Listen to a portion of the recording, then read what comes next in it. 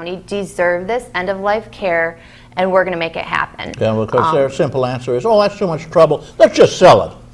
And let the seniors die or whatever. Right. I don't know, what's the alternative, you know? Well, exactly, and that's, that's what public service is all about. I mean, it's not simple. I mean, a lot of things are a lot of trouble, as you say. Yeah. That's what hard work is. It's hard, it's work.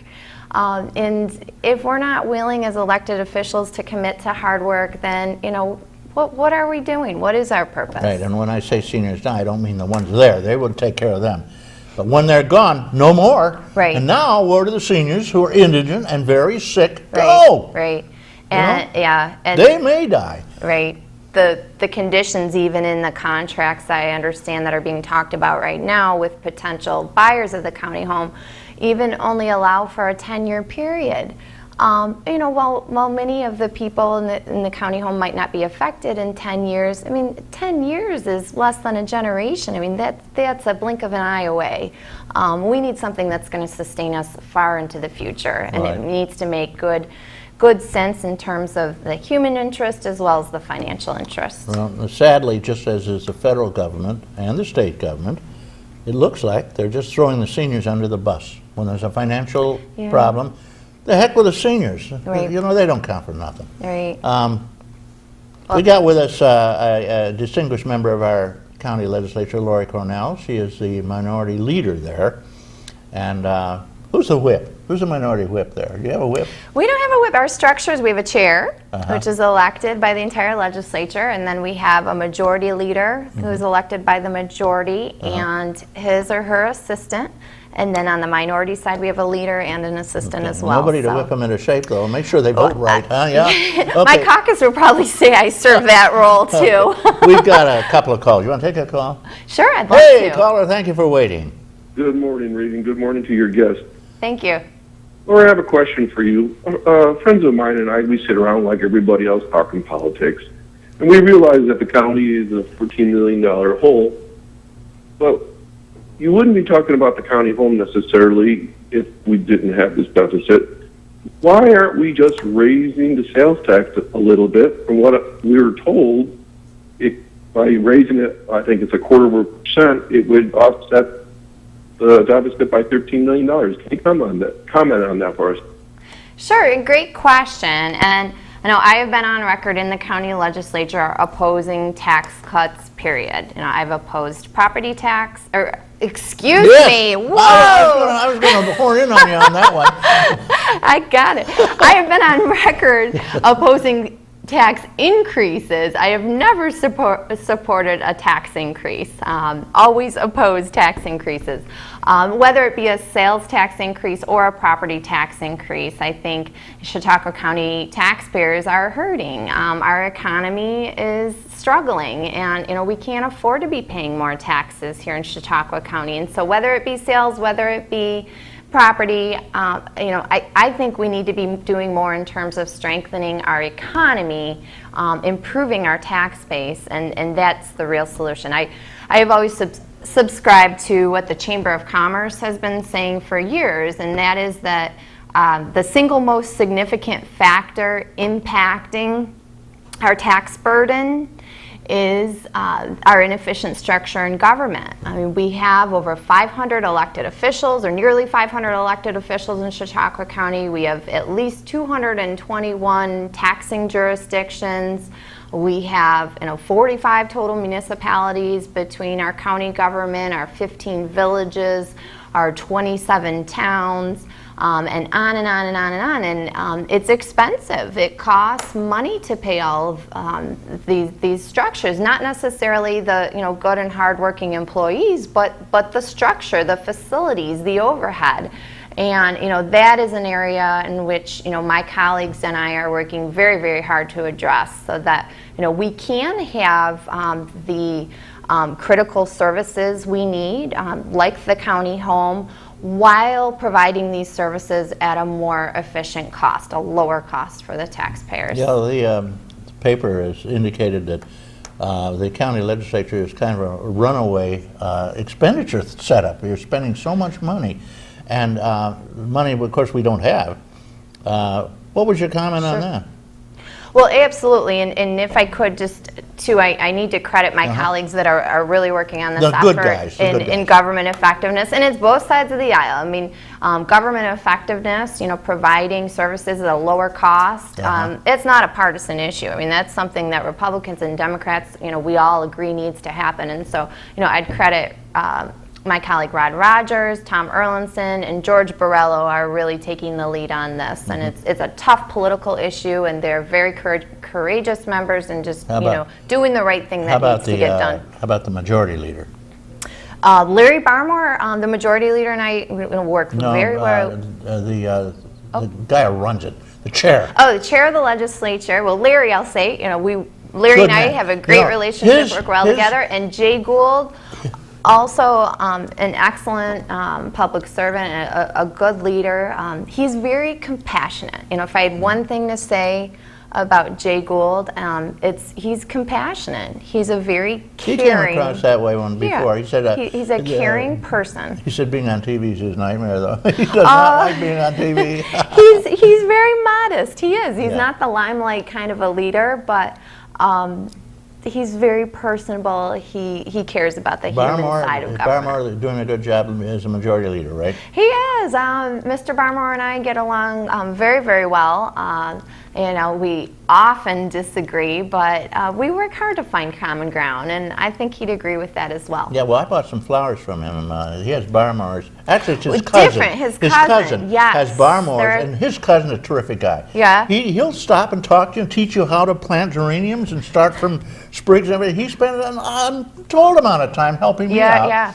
And he has the best plants, and I will tell you right now this. He's cheaper than the Amish.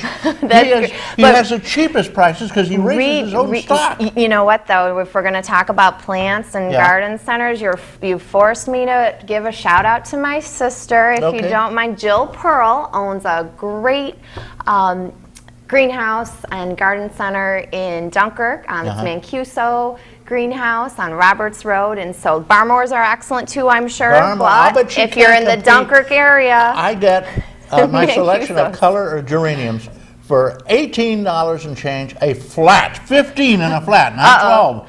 Secondly, those flats of the impatiens, the little flats, they run, locally I see them for $18 a flat. I get them for $8 and change at Barmore's. This guy is so cheap. And his plants are so healthy. I've been using them for years now. Yeah. Okay, caller, good morning. I had to squeeze that in. Well, let's do this too. I think, you heard it from Lori on Reed Powers. Go to Mancuso's Greenhouse on Roberts Road in Dunkirk, and my sister, I guarantee, will match Barmore's prices that Reed just talked about. Okay, there we go. Mark them down. Special deal. I'll have to tell my sister right away after the program. Hello, caller. Are you still there, or are you just withering away? Hi. So the plant war starts. Thanks for calling. Yes, oh gosh, I forgot my question now. Another senior. I'm sorry. Oh dear. Oh, hold on. Great. Just a second. Let me gather my thoughts. Oh, okay.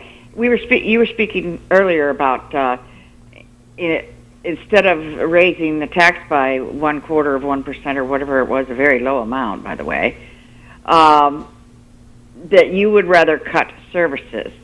Oh, well, no. Pardon? No, I was trying to explain that I think that one of the best ways to address our tax burden is by making government structure more efficient, providing services more effectively. So instead of having, as we do, like 221 different units of government in Chautauqua County, that we would consolidate, some of those entities. For instance, Ripley, the town of Ripley has only one village, and that's the village of Ripley. Westfield, the town of Westfield has only one village, village of Westfield. 2 separate boards, 2 separate entries, 2 separate garages, 2 separate workforces.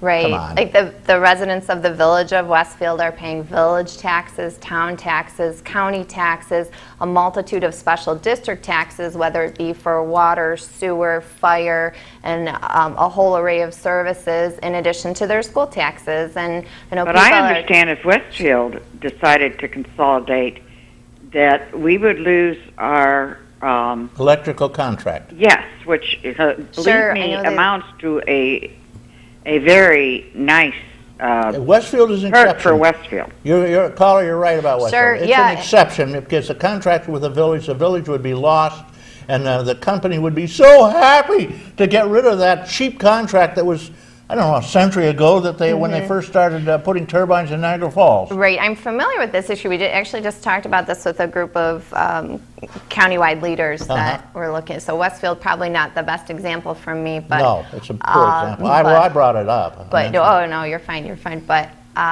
anyway, to the caller. On that, Sure.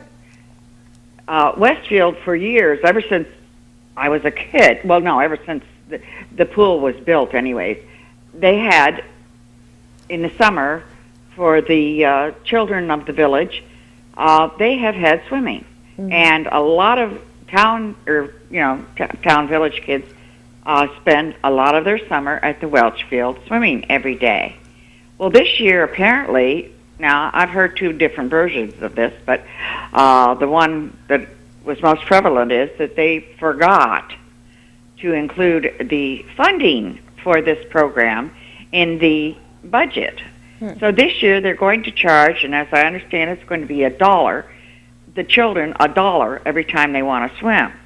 Well, that adds up fast. You have 2 or 3 kids that are, of swimming age, and they're not going to be swimming every day. You can almost guarantee that. Well, I can't believe they, quote, forgot the summer program. I've heard 2 different versions. So yes, I suspect I'm going to go with the phony forgot, baloney. because I'll take them at their word.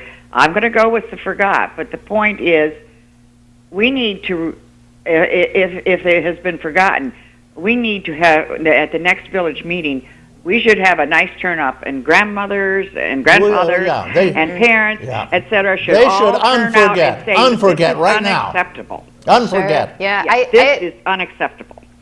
I have 4 children, so I know all too well how the costs add up when you're doing family activities. And especially, the children, they really utilize the pool. It's not like it's something that, well. No, it is really is. It's also a lifesaver. They learn how to swim. Absolutely, that too.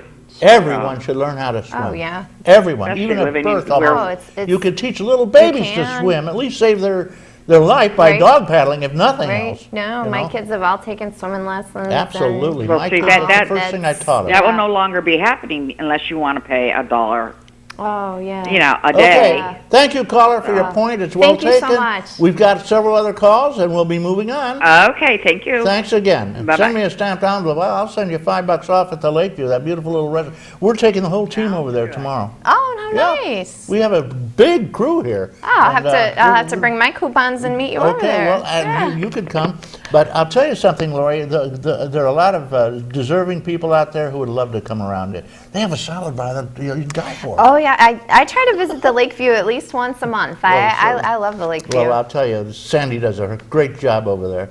Okay, we got another caller. Thank you, caller. We're rambling on here, but you're on. Good morning, Lori. It's great to see you on the show. Good morning, Reed. This is Linda. Thank you. Linda Spalding. Oh, hi, Linda. Who makes How are golf you? balls and Thanks. tennis balls,